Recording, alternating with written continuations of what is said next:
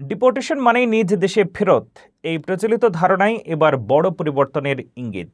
যুক্তরাষ্ট্র থেকে ডিপোর্টিদের একটি অংশকে পাঠানো হবে আফ্রিকার লাইবেরিয়ায়।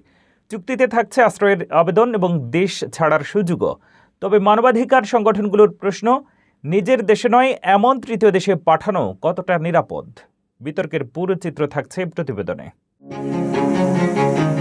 যুক্তরাষ্ট্র থেকে ডিপোর্ট করা হবে, কিন্তু নিজের দেশে নয়। এবার অভিবাসীদের জন্য সামনে এসেছে একেবারে ভিন্ন গন্তব্য।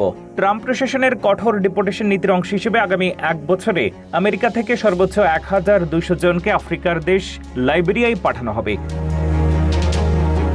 চমক আরও আছে, প্রথম দফায় মাত্র 20 জন ডিপোর্টি বৃহস্পতিবারে লাইবেরিয়ায় পৌঁছানোর কথা রয়েছে।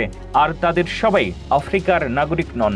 উত্তর ও দক্ষিণ আমেরিকা এবং ক্যারিবীয় অঞ্চলের নাগরিকরাও এই তালিকায় থাকতে পারেন।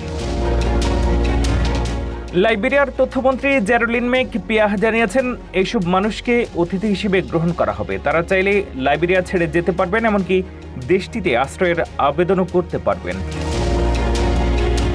সরকার বলছে এই চুক্তির পেছনে কোনো অর্থনৈতিক বিনিময় নেই, এটি মানবিক উদ্যোগ। তবে ডিপোর্টিদের গ্রহণ এবং ব্যবস্থাপনার পাশাপাশি লাইবেরিয়ার অভিবাসন ব্যবস্থা শক্তিশালী করতে যুক্তরাষ্ট্র সহায়তা করবে।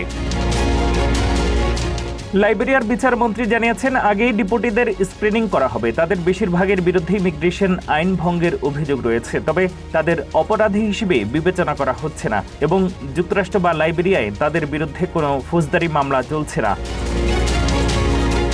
ট্রাম্প প্রশাসনের ক্ষমতায় ফেরার পর তৃতীয় দেশে ডিপোর্টের এমন চুক্তি আরও কয়েকটি আফ্রিকান দেশের সঙ্গে করেছে। তবে মানবাধিকার সংগঠনগুলোর প্রশ্ন, নিজ দেশে ফেরত পাঠানোর বদলে এমন দেশে পাঠানো কতটা নিরাপদ, যেখানে অনেকেই কখনো বসবাসই করেননি? তাই লাইবেরিয়ার এই চুক্তি শুধু ডিপোর্টেশনের নতুন গন্তব্য নয়, বরং যুক্তরাষ্ট্রের অভিবাসন নীতিতে তৃতীয় দেশ ব্যবহারের বড় এক পরিবর্তনের ইঙ্গিত দিচ্ছে।